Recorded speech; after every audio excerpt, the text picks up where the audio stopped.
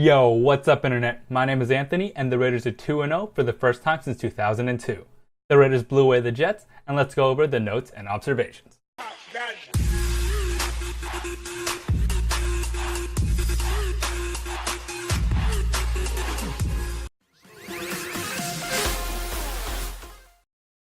First off, the Raiders did what they were supposed to do.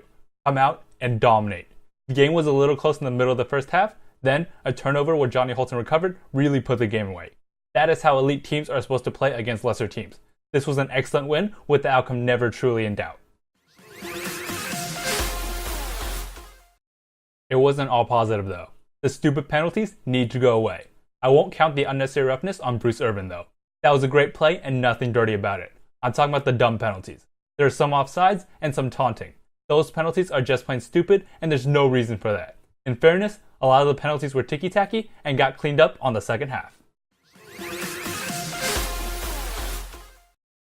This one is personal for me. Oakland loves Marshawn. Oakland native Marshawn Lynch played well this game and I just about lost it when he got his touchdown. You can tell he's truly happy suiting up for his hometown team. Who can forget his Oakland dance as the Raiders had the game in the bag? He's quite the character and it lets this team have fun. On a more serious note, the Raiders were able to close out this game without having to rely on Marshawn Lynch. Saving those carries for the end of the season helps out big time. The goal is always going to be keep Marshawn Lynch under 20 carries, especially early in the season. The scatbacks Jalen Richard and DeAndre Washington had themselves quite a good game as well. That is everything the Raiders could have hoped for from the running game this week. This game proved what we already knew. Derek Carr just has an absolute embarrassment of riches. Opponents rightfully pay a lot of attention to Amari Cooper. Michael Crabtree then goes off for 3 touchdowns. Then, Cordero Patterson runs up the middle for another touchdown. This all without including the running backs and the tight ends. This offense put up 45 points and has plenty of firepower to keep it up.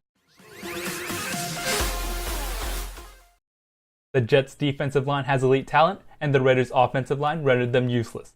Derek Carr had plenty of time to throw, and the line opened up plenty of holes in the run game. This offensive line is arguably the best in the NFL, and they showed it again today.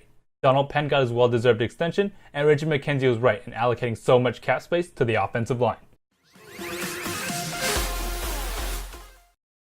The Raiders' defense also did quite well overall. Matt Forte and the running back group is no joke, and the Raiders were able to contain them nicely. The pass defense also limited the Jets and their big play potential. The Jets just have a lack of weapons overall, but the Raiders did what they were expected to do. The Raiders haven't had to face a true threat on offense yet, but they're off to a good start. I know I already praised the defense, but I want to give special time to Mario Edwards Jr. Khalil Mack was Khalil Mack, but Edwards is having himself a hell of a start. Who would have thought he can make this much of a difference when he's on the field? The defensive line was able to shut down the run game, and Edwards eats up the inside. He also got another sack and a half, and that makes 2.5 sacks in 2 games. If he can stay healthy, he can be exactly what the Raiders have been hoping for from their interior defensive line. It's not all rosy for the Raiders though. Last week, Marcus Mariota had a few good runs on the Raiders defense. This week, Josh McCown had himself quite a good running day. The big run was on 3rd and long, and he was able to pick up the first down with his legs. Josh McCown is 38 years old and was never really fast to begin with. That's 2 weeks in a row that the quarterback run has gotten the better of the Raiders. It's not just short runs either. I think communication from the back end saying the quarterback is running is needed.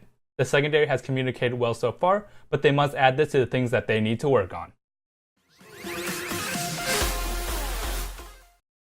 Last but not least, the Raiders are 2-0, but might be the 3rd best team in the AFC West right now. They have played arguably the easiest schedule out of the Broncos and the Chiefs. The Chiefs destroyed the champion Patriots, and the Cowboys got blown out by the Broncos.